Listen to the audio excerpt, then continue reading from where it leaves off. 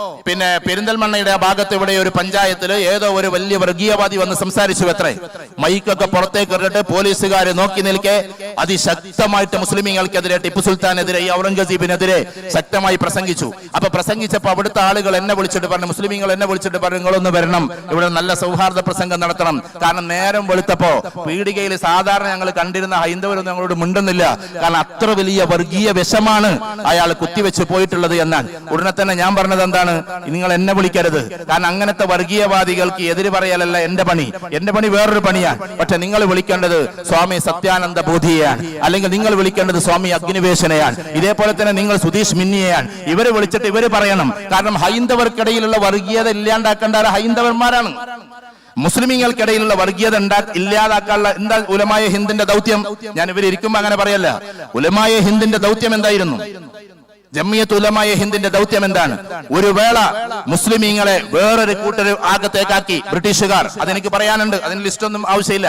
ഞാൻ പറയുന്നത്, അങ്ങനെ പറയുമ്പോ ഡൽഹി സുൽത്താനേറ്റിന്റെ അവസാനത്തെ കണ്ണി എന്നറിയപ്പെടുന്ന ഈ ഔറംഗസീബ് ആലംഗീറിന് ശേഷം പിന്നീട് ആകെ ബഹദൂർ ഷാ സഫർ മാത്രമാണ് കുറച്ച് പ്രദേശം ഭരിച്ചിട്ടുള്ളത്. ആ ഡിക്ലൈൻ ഓഫ് ഔറംഗസീബ് കുട്ടികൾ മനസ്സിലാക്കണം. ഡിക്ലൈൻ ഓഫ് ഔറംഗസീബ്, ഔറംഗസീബിന്റെ പതനമാണ് ബ്രിട്ടീഷുകാരന്റെ വരവിന് തുടക്കമുണ്ടായത്. എങ്ങനെയാ ഔറംഗസീബ് പതനത്തിലേക്ക് പോകുന്നത്? സൈന്യത്തെ പിരിച്ചുവിട്ടു. എന്തുകൊണ്ടാണ് പിരിച്ചുവിടാനുള്ള കാരണം?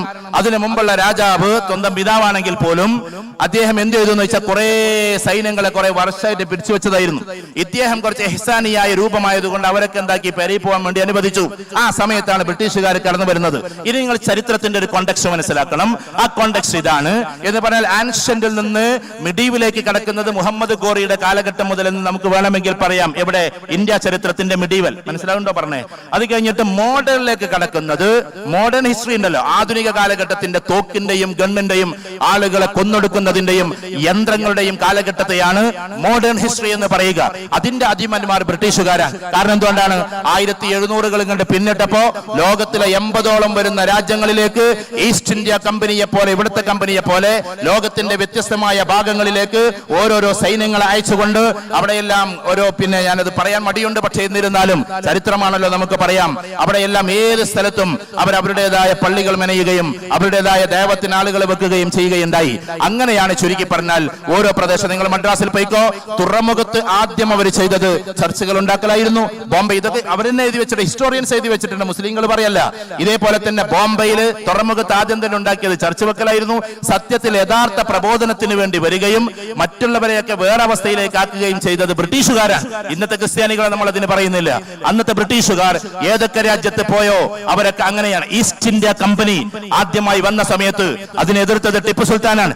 ഈസ്റ്റ് ഇന്ത്യ കമ്പനി അതിശക്തമായി ടിപ്പു സുൽത്താൻ എതിർത്തു. അതാണല്ലോ എന്നും ടിപ്പു സുൽത്താനെതിരെ ഇവർക്കുള്ള ഏറ്റവും വലിയ പരാതി അതാണ്. ടിപ്പു സുൽത്താൻ ശക്തമായി എതിർത്തപ്പോ അന്നത്തെ ഉലമാക്കൾ തന്നെ, കവായിദല്ലാത്ത ഉലമാക്കൾ എല്ലാ കാലത്തും ഉണ്ടാവും, അന്നത്തെ ഉലമാക്കൾ തന്നെ പറഞ്ഞത് എന്താണെന്നറിയോ? എന്തിനാ ടിപ്പു അങ്ങനെ ചെയ്യാൻ നിൽക്കുന്നത്? അതൊരു കമ്പനിയല്ലേ എന്നാണ്. പക്ഷേ കുശാഗ്ര ബുദ്ധിയുള്ള, കാലഘട്ടത്തിന്റെ അപ്പുറത്തേക്ക് ദൃഷ്ടി പായിക്കാൻ കഴിവുള്ള ടിപ്പു സുൽത്താൻ പറഞ്ഞു, ഇന്നവർ കമ്പനിയായിട്ട് വരും, നാളെ അവർ നമ്മളെ ഓട്ടുന്ന ഒരു ദിവസം വരുമെന്ന്. അന്ന് പഴശ്ശിരാജ പോലും അത് വിശ്വസിച്ചില്ല. പഴശ്ശിരാജ കേരളത്തിന്റെ ആളാണ്. അതുകൊണ്ട് തന്നെ പഴശ്ശിരാജ അന്ന് ആളുകളെ വിട്ടിട്ട് ബ്രിട്ടീഷുകാരോടൊപ്പം കൂടിയിട്ട്, പിന്നീട് അദ്ദേഹം അതിൽ ഖേദിച്ചു. ഞാൻ പഴശ്ശിരാജയെ കുറ്റപ്പെടുത്തല്ല. പഴശ്ശിരാജ അന്ന് ടിപ്പു സുൽത്താനെതിരെ ഇവിടെ പടയോട്ടം നടത്തിയിട്ടുണ്ട്. ആ പടയോട്ടത്തിന് ശേഷം പഴശ്ശിരാജ പറയുന്ന ഒരു വാക്കുണ്ട്, സുൽത്താനെതിരെ യുദ്ധം നയിച്ചതാണ് എന്റെ ജീവിതത്തിലെ ഏറ്റവും വലിയ അബദ്ധമെന്ന് പിന്നീട് പഴശ്ശിരാജ പറയുന്നുണ്ട്. എന്ന് വെച്ചാൽ ഈസ്റ്റ് ഇന്ത്യ കമ്പനിക്കെതിരെ കുറെ ആളുകൾക്ക് തൊഴിൽ കൊടുക്കാന്നൊക്കെ പറഞ്ഞിട്ട് അവർ വന്നത്, ആ ശക്തമായ പടയോട്ടം ഉണ്ടായി. ആ പടയോട്ട സമയത്ത് പ്രിയപ്പെട്ടവരെ നമ്മൾ ആലോചിക്കണം, ബ്രിട്ടീഷുകാർ വരുന്നു, മോഡേൺ ഹിസ്റ്ററി തുടങ്ങുന്നു. അവർക്കാകെ എതിർക്കേണ്ടത് ഇവിടെയുള്ള മുസ്ലിം പക്ഷത്തെയാണ്. കാരണം ഗസ്നബിദ് കാലഘട്ടം മുതൽ ഡൽഹി സുൽത്താനേറ്റിന്റെയും കഴിഞ്ഞ് മുഗളന്മാരുടെ അവസാനം വരെ ഏകദേശം 710 വർഷം കടന്നു പോകുന്നുണ്ട്. ആ 710 വർഷത്തിന്റെ മുഴുവൻ കാലഘട്ടത്തിന്റെയും ഡൽഹിയെ കേന്ദ്രമാക്കി ഭരിച്ച രാജാക്കന്മാർ അത് മുസ്ലിമീങ്ങളായിരുന്നു എന്നതുകൊണ്ട് ഒരു പുതിയ അവസ്ഥയിലേക്ക് വരണം, അതിനു വേണ്ടിയിട്ട് അവർ വന്നത്. പക്ഷെ അവിടെ ഒരു ഗ്രിപ്പ് കിട്ടിയില്ല. ഇനി നിങ്ങൾ പഠിക്കണം, അവിടെ ഒരു ഗ്രിപ്പ് കിട്ടിയില്ല. ആ ഗ്രിപ്പ് കിട്ടാത്തത് കൊണ്ട് ഈ വിഷയത്തിൽ 4 ആളുകളുണ്ട് നമ്മുടെ കേരളത്തിൽ PhD ചെയ്തവർ. 4 ആളുകളുണ്ട്. ആളുകളുടെ പേര് ഞാൻ ഇത് പറയുന്നില്ല, ക്യാമറ പകർത്തുന്നതുകൊണ്ട്. നിങ്ങൾക്ക് വേണമെങ്കിൽ പേഴ്സണൽ ആയിട്ട് എന്നെ ബന്ധപ്പെട്ടാൽ അവരുടെ പേര് ഞാൻ പറഞ്ഞു തരാം. അവിടെ പോയി അടുത്ത് പോയിരിക്കും. 5 5 കൊല്ലത്തിന്റെ പിന്നാലെ തല പൊന്ന് ആക്കിയിട്ടുള്ള 4 പേരുണ്ട് നമ്മുടെ കേരളത്തിൽ PhD എടുത്തവർ, ദീനിനെ സ്നേഹിക്കുന്നവർ, ദീനിനെ ഇഷ്ടപ്പെടുന്നവർ. ഞാൻ പറയുന്നത്, അങ്ങനെ പോയപ്പോ ഈ ബ്രിട്ടീഷുകാരായ ആളുകൾക്ക് ഡൽഹിയിൽ നിൽക്കാൻ പറ്റാതെയായി. ആ പറ്റാതെയായിട്ട് അവർ മാർച്ച് ചെയ്ത സ്ഥലമാണ് ഹൈദരാബാദ് എന്ന് പറയുന്ന പ്രദേശം. എന്താ ഹൈദരാബാദിന്റെ പ്രത്യേകത? ഹൈദരാബാദ് ഒരു ഐസൊലേറ്റഡ് ഏരിയ. ഐസൊലേറ്റഡ് ഏരിയ എന്ന് പറഞ്ഞാൽ ഒറ്റക്ക് നിൽക്കുന്ന ഒരു ഏരിയ. ആ ഏരിയയിലേക്ക് ഇവർ പോവുകയാണ് ഉണ്ടായത്. എന്തിനെന്നറിയോ? അവിടുത്തെ മുസ്ലിമീങ്ങൾ എന്ന് പറഞ്ഞാൽ ഈ പറയുന്ന ഇഹ്സാനിനെ മറ്റൊരു രൂപത്തിലേക്ക് കൊണ്ടുപോയി. അതിന് എന്ത് പേര് വിളിച്ചാലും ശരി, അവർ വേറൊരു കോലത്തിലേക്കാണ്. ഈ കാലഘട്ടത്തിൽ അത് പറയാൻ നമുക്ക് മടിയുണ്ട്. എന്നാലും ചരിത്രം പറയാണ്, ബറേലവികൾ എന്ന പേരിൽ അവർ അറിയപ്പെടുന്നു. അങ്ങനെ അറിയപ്പെട്ടിട്ട് വേറൊരു കോലത്തിലേക്ക് കൊണ്ടുപോയി ഷെയ്ഖുമാർക്ക് വേണ്ടി നിസ്കാരവും കാര്യങ്ങളൊക്കെ പറഞ്ഞിരുന്നു എന്ന് ഹൈന്ദവരായ അല്ലെങ്കിൽ ക്രിസ്ത്യൻസ് ആയിട്ടുള്ള ലോകത്തിലെ ഏറ്റവും വലിയ ഹിസ്റ്റോറിയൻസ് എഴുതി വെക്കുകയാണ്. ആ സമയത്താണ് ഹൈദരാബാദിലേക്ക് ഒരു മാർച്ച് ചെയ്യുന്നത്.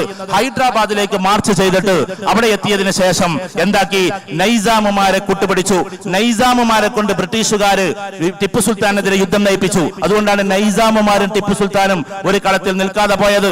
അതുകൊണ്ടാണ് ബ്രിട്ടീഷുകാർ നൈസാമുമാരെ ഇത്രമാത്രമായി ഉയർത്തി പറയുന്നത്. ഇനി വളരെ ശ്രദ്ധിച്ച് കേൾക്കണം.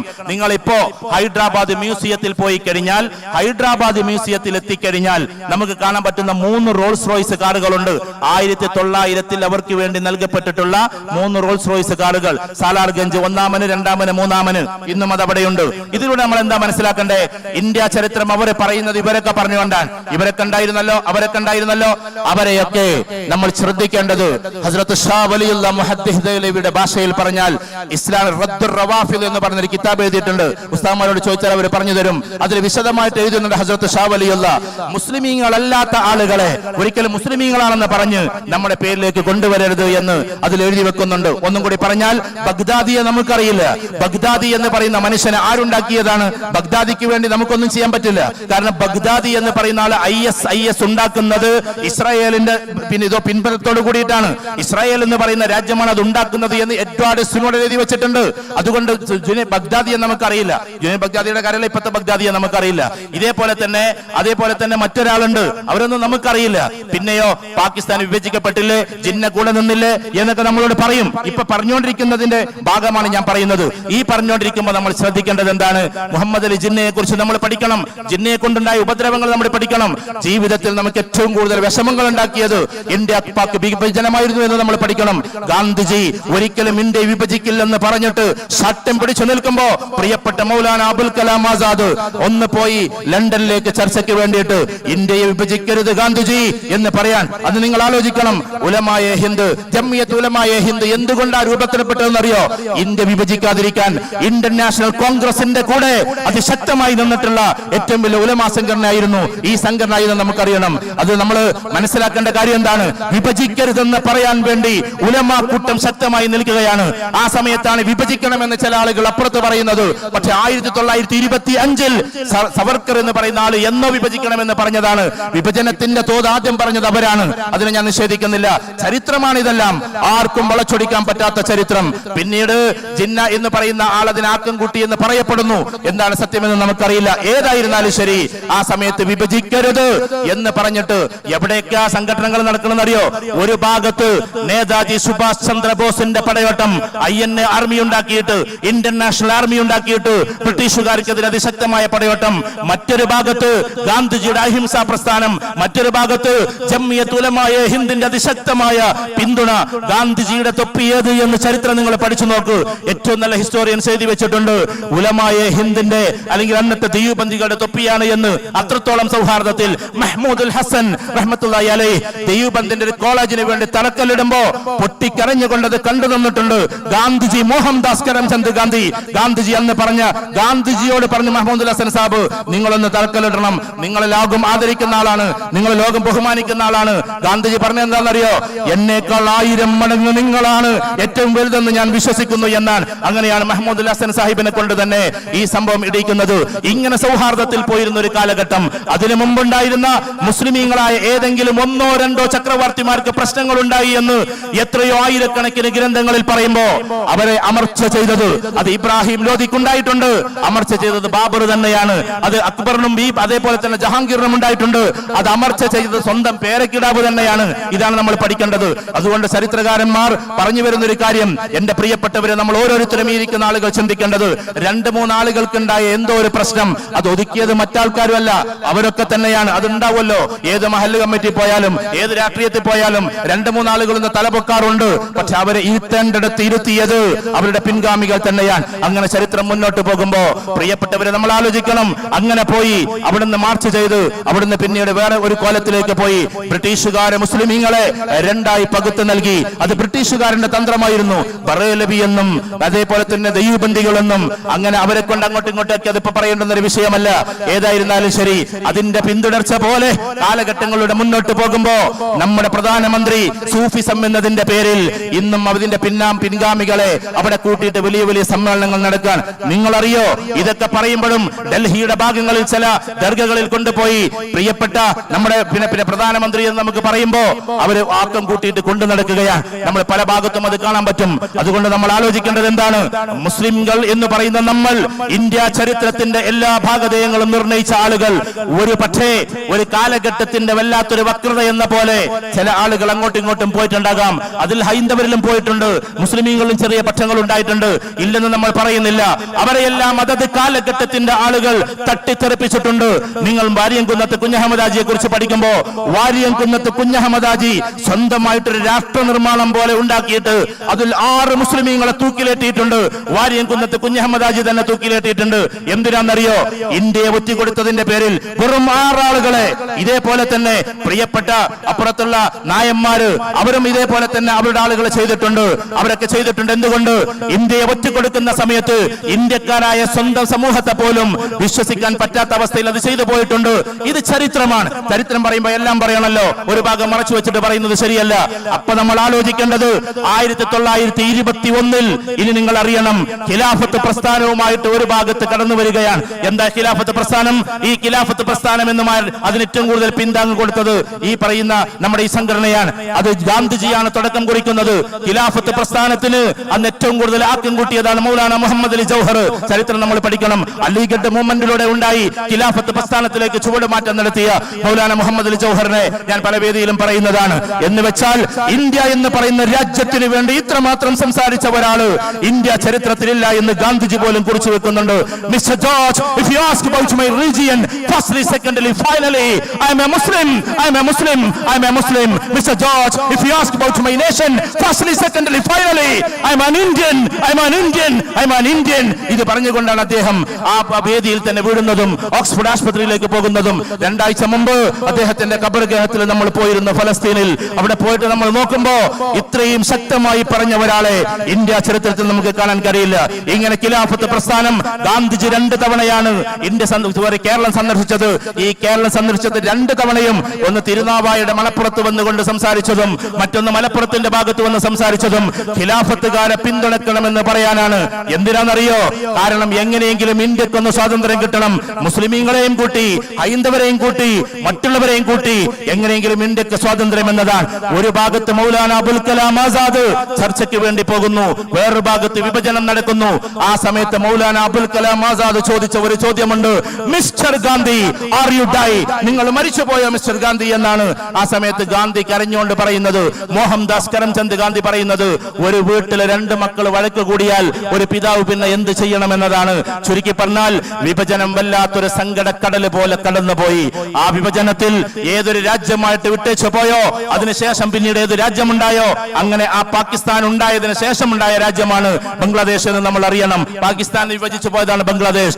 ഈ 2 രാജ്യങ്ങളായി വിഭജിച്ചു പോകുമ്പോൾ, ഒരു രാജ്യമായി വിഘടിച്ചു പോകുമ്പോ ഒരിക്കലും അത് പാടില്ലെന്ന് വിശ്വസിക്കുകയും മുസ്ലിമീങ്ങൾ ഐക്യത്തോടു കൂടി നിൽക്കണമെന്നും എല്ലാ ഹൈന്ദവരോടൊപ്പവും ഇവിടെയുള്ള എല്ലാ മനുഷ്യരോടൊപ്പവും ജാജ്വല്യമാനമായി സ്നേഹപൂർവ്വം നിൽക്കണമെന്ന് ശാഠ്യം പിടിച്ച കുറെ ആളുകളുടെ ഇന്ത്യയിൽ രാഷ്ട്രീയപരമായി അത് ഒന്ന് ഖായിദ മില്ലത്ത് Ismail സാഹിബാണ്.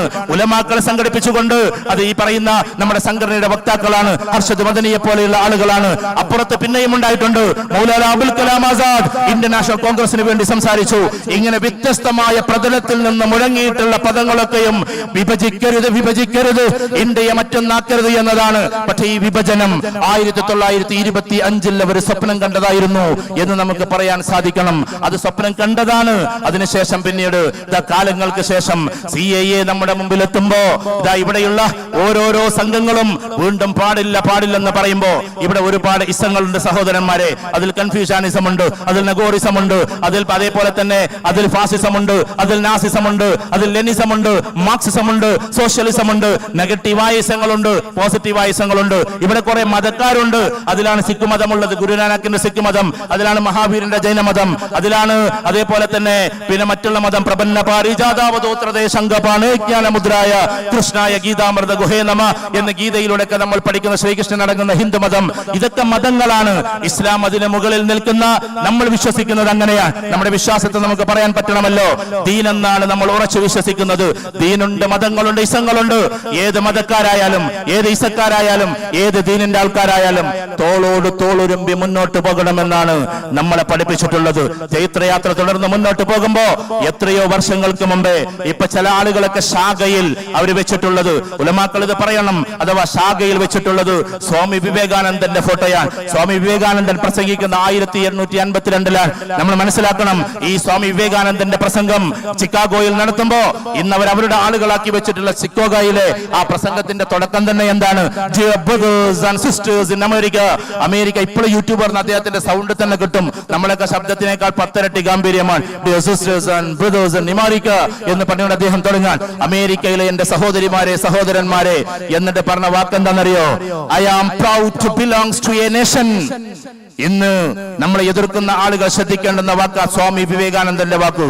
I am proud to belong to a nation which sheltered all refugees in all countries, in all religions, in the nook and corner of the world. ഈ ലോകത്തിന്റെ ഓരോ മുക്കിലും മൂലയിലുമുള്ള എല്ലാ മതക്കാർക്കും, എല്ലാ വിശ്വാസക്കാർക്കും, എല്ലാ ജാതിക്കാർക്കും, എല്ലാ രാജ്യക്കാർക്കും ഒരേപോലെ ഹൃദയഭൂമികയിൽ സ്ഥലം കൊടുത്ത, അഥവാ എല്ലാവരെയും സ്വീകരിച്ച, പലായനം ചെയ്തുകൊണ്ട് വന്നിട്ടുള്ള മുഴുവൻ ആളുകളെയും നെഞ്ചോട് ചേർത്ത ഭാരതമെന്ന രാജ്യത്തിൽ നിന്നാണ് ഞാൻ എത്തിയിട്ടുള്ളത് എന്നതിൽ ഞാൻ അഭിമാനം കൊള്ളുന്നു എന്ന് പറഞ്ഞപ്പോഴാണ് ലക്ഷക്കണക്കിന് അമേരിക്കക്കാർ കൈയടിക്കുന്നത്. ഇന്ന് സ്വാമി വിവേകാനന്ദന്റെ പ്രസംഗം നമ്മൾ എല്ലായിടത്തും പറയുമ്പോ ഈ വാക്കിനാണ് കൈയടി ഉണ്ടായത്. I am proud to belong to a nation. ഞാൻ ഒരു രാജ്യത്തിൽ നിന്ന് വരുന്നത് ആണ് എന്നതിൽ ഞാൻ ഏറ്റവും വലിയ സൗഭാഗ്യവാനാണ്. അതൊരു ഭാഗ്യം പോലെ ഞാൻ ഇവിടെ പറയുന്നു എന്നാണ്. ഇന്നെന്തേ സ്വാമി വിവേകാനന്ദന്റെ വാക്കുകൾ പോലും അതിന്റെ ആളുകൾ തട്ടിത്തെറിപ്പിക്കുന്നത് എന്നതാണ്. പക്ഷേ 90% വരുന്ന ഹൈന്ദവരും പാവങ്ങളാണെന്ന് നമ്മൾ അറിയണം. അതിൽ പല ഭാഗത്തുള്ള ആളുകളുമുണ്ട്. CAA നമ്മൾ ചർച്ച ചെയ്യുമ്പോ 99% വരുന്ന ഹൈന്ദവർ എന്ന് വേണമെങ്കിൽ നമുക്ക് പറയാം, മറ്റുള്ള ജാതിക്കാരെന്ന് പറയാം, പാവങ്ങളാണ്. ഏതോ ഒരു അച്ഛൻ എന്തോ ഒരു പ്രസംഗം നടത്തിയതിന്റെ പേരിൽ നമ്മൾ കളിതുള്ളണ്ട. നമ്മളെ സപ്പോർട്ട് ചെയ്യാൻ ഇഷ്ടംപോലെ ക്രിസ്ത്യാനികളുണ്ട്, ക്രിസ്ത്യൻ സമൂഹക്കാരുണ്ട്, എഴുത്തുകാരിൽ പലരും അവരാണ്, മീഡിയ പേഴ്സണാലിറ്റി അവരാണ്. ഷാനി എന്ന് പറയുന്ന നമ്മൾ കാണാറില്ലെങ്കിൽ പോലും ഏറ്റവും കൂടുതൽ നമുക്ക് വേണ്ടി സംസാരിക്കുന്ന പെൺകുട്ടി പോലും അവരുടെ ഭാഗത്ത് നിന്നുള്ളതാണ്. അതൊക്കെ നമ്മൾ ഓർക്കേണ്ടതാണ്. ഏതോ ഒരു അച്ഛൻ എവിടെയോ ഒരു കലിതുള്ളി, പിന്നെ അദ്ദേഹം മാപ്പ് ചോദിച്ചു എന്നൊക്കെ പറഞ്ഞു കേൾക്കുന്നു. അതൊന്നും നമുക്ക് വിഷയമല്ല. ഇതോടൊപ്പം തന്നെ ഹൈന്ദവരായിട്ടുള്ള എത്രയോ പാവപ്പെട്ട ആളുകളുണ്ട്. ആ ആളുകളൊക്കെ, ഞാൻ വരുന്നത് മേൽപ്പത്തൂരിന്റെ ഭാഗത്ത് നിന്നാണ്. നാരായണഭട്ട തിരിപ്പാടിന്റെ നാടാണ് മേൽപ്പത്തൂർ. എന്റെ ജന്മസ്ഥലം അതാണ്. പിന്നെ രണ്ടത്താണി എന്ന് പലരും പറയാനുള്ള കാരണം, ആദ്യമായിട്ട് ഞങ്ങൾ പിന്നെ ജില്ലയിൽ തന്നെ ഹൽക്ക രൂപീകരിച്ചപ്പോ, ഞങ്ങൾ ആ പ്രദേശത്ത് രൂപീകരിച്ചപ്പോ ആദ്യം ഉണ്ടായ ഹൽക്ക എന്നാണ് എല്ലാവർക്കും മനസ്സിലാവുമെന്ന് വിചാരിക്കുന്നു. അത് രണ്ടത്താണി ഹൽക്കായിരുന്നു. അന്ന് ആകെ ഹൽക്കയിൽ 3 ആൾക്കാരുള്ളായിരുന്നു. അതുകൊണ്ട് പിന്നെ അങ്ങനെ പേര് വന്നുപോയതാണ്. ഏതായിരുന്നാലും എന്റെ ജന്മസ്ഥലം അതാണ്. അവിടെയാണ് പാടിയോട്ട് മന, അവിടെയാണ് പക്കത്ത് മന, അവിടെയാണ് നാലപ്പാട്ട്, അവിടെയാണ് അതേപോലെ തന്നെ ആഴ്വാഞ്ചേരി മന. ഈ മനയിലെ ഒരൊറ്റ കുട്ടികൾ പോലും വർഗീയതയിലേക്ക് പോകുന്നത് നമ്മൾ കണ്ടിട്ടില്ല. എന്റെ പ്രിയപ്പെട്ടവരെ, നമ്മൾ ആലോചിക്കണം. കാരണം ഹൈന്ദവർ പാവങ്ങളാണ്. ഈ 99% വരുന്ന ഹൈന്ദവ പാവങ്ങളായതുകൊണ്ട് ഇവരാരും വർഗീയതയ്ക്ക് പോകാറില്ല. തന്നെയുമല്ല, അവർക്ക് പ്രഭാതത്തിൽ പ്രാർത്ഥിക്കാനുള്ളത് ഞാൻ എത്രയോ പ്രസംഗത്തിൽ പറഞ്ഞിട്ടുണ്ട്. ഓം സഹനാവവതു സഹനഭുനക്തു സഹവീര്യം കരവാവഹൈ തേജസ്വിനാവതീതമസ്തു മാ വിദ്വിഷാവഹൈ. ഓം ശാന്തി എന്നാണ്. ഞങ്ങൾ പഠിച്ച് തെളിഞ്ഞു വരട്ടെ, ഞങ്ങൾ സംരക്ഷിക്കപ്പെടട്ടെ, എല്ലാവർക്കും സമാധാനം ഉണ്ടാകട്ടെ, സമാധാനമുള്ളവരായി ഞങ്ങൾ ജീവിക്കുകയും ലോകത്തിൽ മുഴുവൻ സമാധാനം ഉണ്ടാക്കാൻ ഞങ്ങൾ കാരണവുമാകട്ടെ എന്ന് പ്രാർത്ഥിക്കുന്നവർക്ക് മറ്റൊന്നിലേക്ക് പോകാൻ കഴിയില്ല. അതുകൊണ്ട് ഈ വർഗീയത കാണിക്കുന്നവരൊക്കെ ആ മതത്തിൽപ്പെട്ടവരാണെന്ന് നമ്മൾ വിശ്വസിക്കരുത്. ഏതെങ്കിലും ഒരു മുസ്ലിം പക്ഷത്തില് ഏതെങ്കിലും ചില ചെറുപ്പക്കാര് വർഗീയപരമായി ചിന്തിക്കുമ്പോ അവരെയും ഒറ്റപ്പെടുത്തൽ നമ്മുടെ ഉത്തരവാദിത്തമാണ്. കാരണം വർഗീയത ഇസ്ലാമിൽ പറഞ്ഞതല്ല. ഉണ്ടാകുന്നതല്ല. ഹലക്കൽ മുത്തനത്തിഊൻ, വർഗീയവാദികൾ നശിച്ചു പോകട്ടെ എന്ന് എത്രയോ തവണ വിശ്വാസം ആവർത്തിച്ചു പറഞ്ഞിട്ടുണ്ട്. 1000 ബാബരി മസ്ജിദുകൾ തകർക്കപ്പെട്ടാലും ജംഇയ്യത്ത് ഉലമായെ ഹിന്ദിന്റെ ആ കാഴ്ചപ്പാടാണ് ഇവിടെ ഇരിക്കുന്ന എല്ലാവരുടെയും, ഈ സംസാരിക്കുന്നവന്റെയും കാഴ്ചപ്പാട്. അതുകൊണ്ട് പറഞ്ഞോട്ടെ, വേദനയുണ്ട് നമുക്ക് മസ്ജിദ് തകരുമ്പോ, വേദനയുണ്ട് നമുക്ക് മറ്റുള്ളവരത് കാബാലികരെ പോലെ തകർക്കുമ്പോ. അതിനുവേണ്ടിയുള്ള നിയമത്തിന് വേണ്ടി നമ്മൾ കാത്തിരിക്കുന്നു. പ്രിയപ്പെട്ട സുപ്രീം കോടതിയോട് നമുക്ക് ഏറ്റവും വലിയ അഭിമാനമുണ്ട്, സ്നേഹമുണ്ട്. എന്നാൽ നമ്മുടെ വിശ്വാസം എന്താ? 1000 ബാബരി മസ്ജിദുകൾ തകർക്കപ്പെട്ടാലും ഒരു വിഗ്രഹത്തിൽ പോലും തൊടില്ല എന്നതാണ്. കാരണം അങ്ങനെ തൊട്ടാൽ നിങ്ങൾ എന്നിൽപ്പെട്ടവരല്ലെന്ന് നമ്മുടെ സുസ്ലാസമ പഠിപ്പിച്ചിട്ടുണ്ട്. അതുകൊണ്ട് ഒരിക്കലും നമുക്ക് ആക്രമണമില്ല, നമുക്ക് പ്രകോപനമില്ല, നമുക്ക് പ്രക്ഷുബ്ധതയില്ല, നമുക്ക് ആളുകളെ കയറി ആക്രമിക്കലില്ല. ഇതൊന്നും ഇസ്ലാമിൽ പറഞ്ഞ കാര്യമേ അല്ല.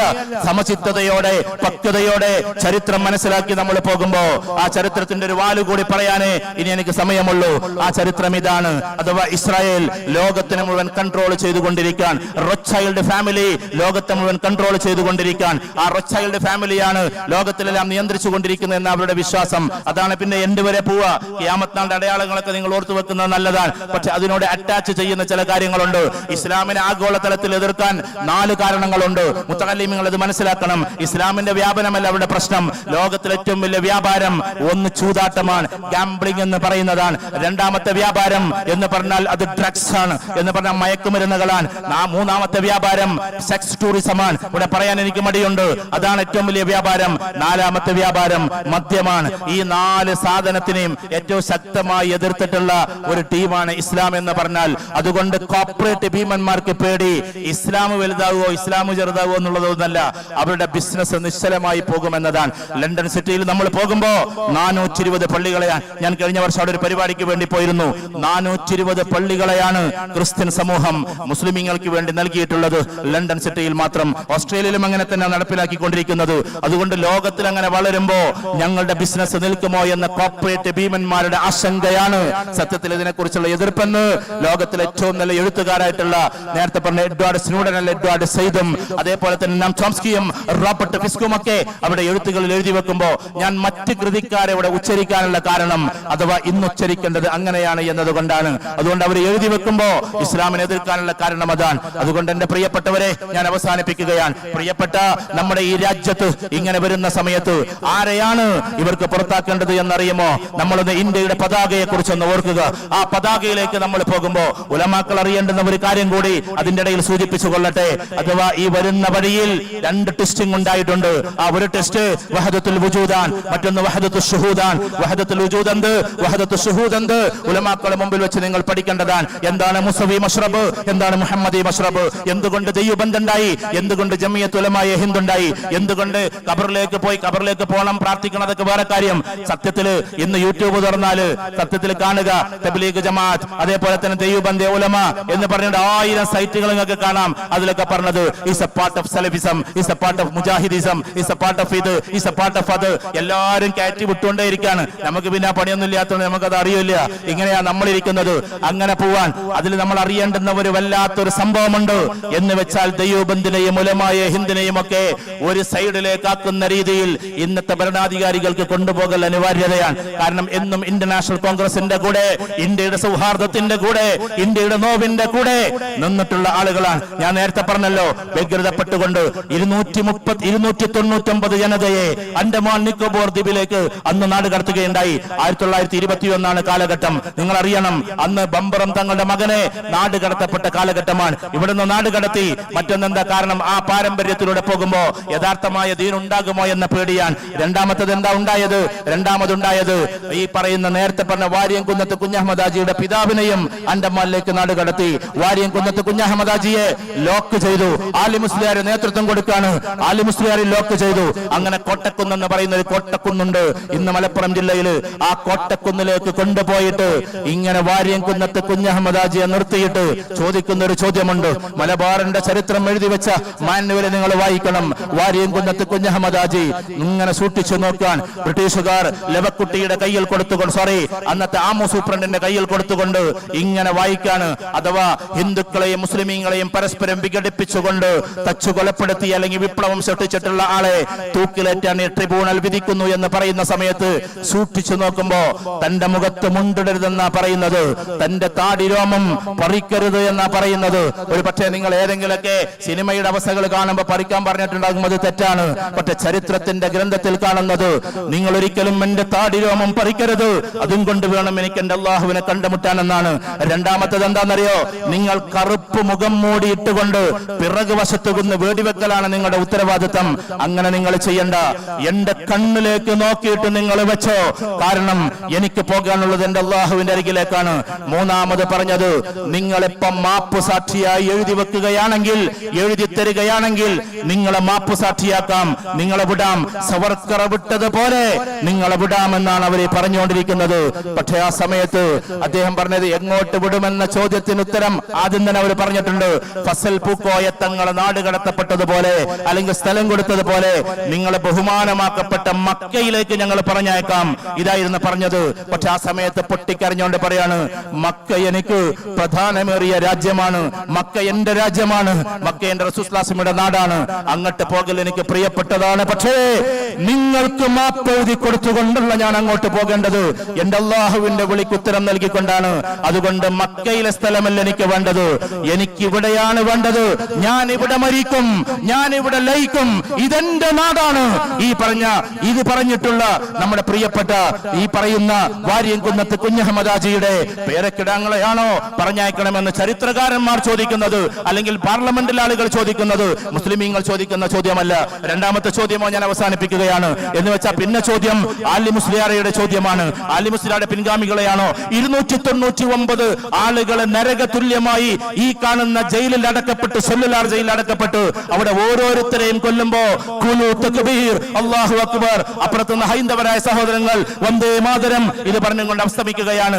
ഇങ്ങനെയുള്ള ആളുകളുടെ പിൻഗാമികളെയാണോ നമ്മൾ പറഞ്ഞയക്കാൻ വേണ്ടി തുനിയുന്നത് എന്നതാണ് എന്റെ പ്രിയപ്പെട്ടവരെ. പക്ഷേ അള്ളാഹു ഇതൊക്കെ കാണുന്നുണ്ട്. അള്ളാഹു അവർക്കിടയിൽ തന്നെ ഇഖ്തിലാഫ് കൊടുത്തിരിക്കുകയാണ്. ഇപ്പൊ മീഡിയകൾ പുറത്തു വിട്ടുകൊണ്ടിരിക്കുന്നത് അവർക്ക് രണ്ടാൾക്കും കൂടി ഏതൊരു ദിനോസറുകളെ കുറിച്ചാണോ ഇവിടെ പാർലമെന്റിൽ പറഞ്ഞത്, ആ ദിനോസറുകൾ തന്നെ തീരുമാനിച്ചിരിക്കുകയാണ്. ഒരാൾ പറഞ്ഞ നടപ്പിലാക്കുമെന്ന്, മറ്റൊരാൾ പറഞ്ഞ നടപ്പിലാക്കില്ല എന്ന്, മറ്റൊരാൾ പറഞ്ഞു എന്തായാലും നടപ്പിലാക്കുന്നു, മറ്റാൾ പറഞ്ഞു എന്തായാലും നടപ്പിലാക്കൂല എന്ന്. അങ്ങനെ അവർക്ക് തമ്മിൽ തന്നെ ഒരു ഭിന്നിപ്പ് നൽകി അല്ലാഹു സുബ്ഹാനഹു വ തആല ആ ഭിന്നിപ്പിനെ ശക്തമാക്കട്ടെ എന്ന് വേണമെങ്കിൽ നമുക്ക് പ്രാർത്ഥിക്കാം. രണ്ടാമത് ഉണ്ടായത് എന്താണ്? ഏറ്റവും വലിയ ഇവിടെ നേരത്തെ ഉസ്താദ് സൂചിപ്പിച്ചതുപോലെ ഇതാ ഞങ്ങളെല്ലാം തൂത്തുവാരുമെന്ന് പറഞ്ഞു. പക്ഷേ ഇന്നലെ വലിയൊരു ഇരുട്ടടിയാണ് അവർക്ക് കിട്ടിയത്. ഈ വർഗീയതയൊന്നും ഇന്ത്യയിൽ പോകില്ല എന്ന് എല്ലാവരും മനസ്സിലാക്കി. അതിലെല്ലാവരുമുണ്ട്. കൽബുർഗിയെ പോലെയുള്ള പാവപ്പെട്ട എഴുത്തുകാരികൾ ആ കൂട്ടത്തിലുണ്ട്. ഇതേപോലെ തന്നെ എത്രയോ ആസാദിനെ പോലെയുള്ള എത്രയോ ആളുകൾ പ്രഭാഷകരായിട്ടുണ്ട്. ഇതേപോലെ തന്നെ ഇവിടെ പറയാൻ ഉചിതമല്ലെങ്കിൽ പോലും ഫിലിം സ്റ്റാറുകളിൽപ്പെട്ട ആളുകൾ പോലും ഉണ്ട്. അവർക്കൊന്നും ദീനും അറിയില്ല, ഒന്നും അറിയില്ല. പക്ഷേ ഇന്ത്യയുടെ ഹൃദയം അവർക്കറിയാം. 300 കോടിയുടെ ടാക്സ് കൊണ്ടുവന്നാലും എനിക്ക് പ്രശ്നമില്ലെന്ന് പറഞ്ഞുകൊണ്ട് മിനിയാന്ന് പ്രസ്താവന നടത്തുമ്പോ നമ്മൾ അറിയേണ്ടത് എന്തെന്ന് ചോദിച്ചാൽ, ഈ മുസ്ലിം പക്ഷത്തിന്റെ കൂടെ എല്ലാ പക്ഷക്കാരും നിൽക്കുന്നു എന്നതാണ്, എല്ലാ മനുഷ്യരും നിൽക്കുന്നു എന്നതാണ് ഇവിടെ നമ്മൾ ശ്രദ്ധിക്കേണ്ടത്. ഒറ്റക്ക് നമ്മൾ ഒരുമിച്ച് കൂടരുത് എന്നതാണ് ഇവിടെ ഇപ്പൊ കൂട്ടേണ്ടത്. ആരെയാണ്? ഞാൻ നേരത്തെ പറഞ്ഞതുപോലെ നിങ്ങൾ സ്വാമി ശക്തി ബോധത്തിനെ വിളിച്ചോളൂ, ബോധാനന്ദിയെ വിളിച്ചോളൂ, അല്ലെങ്കിൽ നിങ്ങൾ അഗ്നിവേശനെ വിളിച്ചോളൂ എന്നവരോട് പറഞ്ഞതുപോലെ എല്ലാ മനുഷ്യരെയും നെഞ്ചിൽ ചേർത്തുകൊണ്ട് മുന്നോട്ട് പോകാൻ നമുക്ക് സാധിക്കണമെന്നതാണ്. സമയമില്ലാത്തത് കൊണ്ട് ചുരുക്കിക്കൊള്ളട്ടെ. ഈ പതാകയിൽ ഒരുപാട് സംഭവങ്ങളുണ്ട്. ഇന്ത്യൻ പതാകയിൽ പ്രിയപ്പെട്ട ഹർഷദ് മദനിയുടെ കണ്ണുനീരുണ്ട്.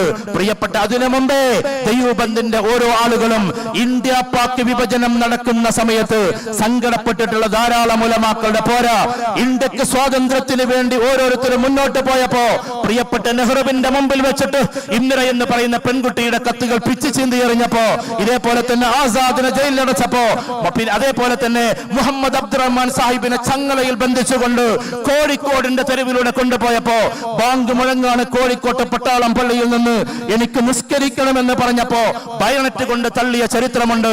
തള്ളിയപ്പോ പറഞ്ഞത് എന്താ? എന്നെ ഇവിടെ വെച്ച് വെടിവെച്ച് വന്നോളൂ, എന്നാലും എനിക്ക് നിസ്കരിക്കാതെ പോകാൻ കഴിയില്ല എന്നാണ് മുഹമ്മദ് അബ്ദുറഹ്മാൻ സാഹിബ് പറഞ്ഞു വെച്ചത്. അങ്ങനെ അന്നാണ് പട്ടാളം പള്ളിയുടെ ചുറ്റുവട്ടത്തും പട്ടാളം വളഞ്ഞത്. അങ്ങനെയാണ് കെട്ടിവെച്ച ചങ്ങല പോലും അഴിച്ചു കൊടുക്കാതെ അവസാനത്തെ തന്റെ നിസ്കാരം മുഹമ്മദ് അബ്ദുറഹ്മാൻ സാഹിബ് കോഴിക്കോട്ടെ പട്ടാളം പള്ളിയിൽ വെച്ച് നിസ്കരിക്കുന്നത്. ഇങ്ങനെ മുഹമ്മദ് അബ്ദുറഹ്മാൻ സാഹിബിന്റെ കണ്ണുനീരുണ്ട്, ഇങ്ങനെ 1000 ആളുകളുടെ കണ്ണുനീരുണ്ട്, നെഹ്റുവിന്റെ കണ്ണുനീരുണ്ട്, നേതാജി സുഭാഷ് ചന്ദ്രബോസിന്റെ കൂടെ INA-യിൽ ചേർന്നിട്ടുള്ള എത്രയോ യുവാക്കളുടെ കണ്ണുനീരുണ്ട്. എന്റെ പ്രിയപ്പെട്ട ഇന്ത്യയുടെ പതാക ഇങ്ങനെ വിതമ്പിക്കരയുകയാണ് എന്ന് നമ്മുടെ പതാക. അതിൽ ഏറ്റവും കൂടുതൽ ശക്തി കേന്ദ്രമായി നിന്നത് എന്നും ജംഇയ്യത്തെ ഉലമായെ ഹിന്ദാണ് എന്ന് ഇന്ത്യ ചരിത്രം ലിഖിതമായി എഴുതി വെക്കപ്പെട്ടിട്ടുണ്ട്. ആർക്കും തിരുത്താതെ, ഇന്ത്യ ഇനിയും വിഭജിക്കാതെ, ഇന്ത്യയിലെ മനുഷ്യർക്കിടയിൽ മതിൽക്കെട്ടുകൾ കെട്ടാതെ മുന്നോട്ട് പോകണമെന്നാണ് നമ്മുടെ ഏറ്റവും വലിയ വാശി. അതുകൊണ്ട് ഇന്ത്യയിൽ വർഗീയതയില്ലാതെ ഇനിയും മുന്നോട്ട് കൊണ്ടുപോകണം. അതുകൊണ്ട് എന്റെ ഉലമാക്കളോട് ഒരു എളിയ പ്രതിനിധി എന്ന നിലക്ക് എനിക്ക് പറയാനുള്ള ഒറ്റ കാര്യമേ ഉള്ളൂ. ആ കാര്യം ഇതാണ്: നിസ്കാരത്തിന് ശേഷം പ്രിയപ്പെട്ട ഭാരതത്തിന് വേണ്ടി പ്രാർത്ഥിച്ചേക്കുക. ആ പ്രാർത്ഥനയിൽ അല്ലാഹുവേ, ഞങ്ങളുടെ ഈ രാജ്യത്ത് വർഗീയ കലാപമില്ലാതെ കാക്കണേ എന്നാണ്. 5 വർഷം കൂടി ബാക്കിയുണ്ടെന്നവർ ബീമ്പളക്കുന്ന സമയത്ത് ഈ 5 വർഷത്തിന്റെ ഇടയിൽ ഒരൊറ്റ വർഗീയ കലാപവുമില്ലാതെ ഞങ്ങളുടെ പ്രിയപ്പെട്ട ഭാരതത്തെ കാക്കണേ എന്ന് അള്ളാഹുവോട് നമ്മൾ പ്രാർത്ഥിച്ചുകൊണ്ടേയിരിക്കണം. കാരണം ഹിറ്റ്ലറിൽ നിന്ന് പഠിച്ചിട്ടാണ് അവർ വന്നിട്ടുള്ളത്. ഞാൻ ഒറ്റ കാര്യം പറഞ്ഞ് അവസാനിപ്പിച്ചു കൊള്ളട്ടെ. മെയിൻ ഗാഫ് വായിക്കുമ്പോ ഇടക്കിടക്ക് അഡോൾഫ് ഹിറ്റ്ലർ 60 ലക്ഷം ആളുകളെ ഗ്യാസ് ചേമ്പറിലിട്ട് ചുട്ടുകൊന്നിട്ടുള്ള അഡോൾഫ് ഹിറ്റ്ലർ പറയുന്ന വാക്ക് എന്തെന്നറിയോ? നിങ്ങളത് വായിക്കണം. A good day will come, a good day will come. തന്റെ നാസി പട്ടാളത്തെ നിർത്തിക്കൊണ്ട് ലക്ഷക്കണക്കിന് സൈന്യമാണ്, ഉയരം കുറഞ്ഞ ആളുമാണ്. എന്നിട്ട് എന്ന് ചോദിക്കുമ്പോ യെസ് ബോസ് എന്ന് പറഞ്ഞുകൊണ്ട് അവർ അലറാണ്. ആ സമയത്ത് അവരോട് സന്തോഷ വാർത്ത അറിയിക്കുന്ന പദമാണ് a good day will come. നല്ല സന്തോഷകരമായ ഒരു ദിനം വരുമെന്ന്. ദൗർഭാഗ്യമെന്ന് പറയട്ടെ, നമ്മുടെ പ്രധാനമന്ത്രി അത് ഹിന്ദിയിൽ പറഞ്ഞുകൊണ്ടിരിക്കുകയാണ്. അച്ഛാ ദിൻ ആയേഗ, അച്ഛാ ദിൻ ആയേഗ. വാക്ക് പോലും കടമെടുത്ത് സംസാരിക്കുന്ന ഒരു പ്രധാനമന്ത്രി ഒരു പക്ഷേ കാലഘട്ടത്തിന്റെ ദുഃഖമായിരിക്കാം. അദ്ദേഹത്തിന് മനംമാറ്റം ഉണ്ടാകട്ടെ എന്ന പ്രാർത്ഥനയോടെ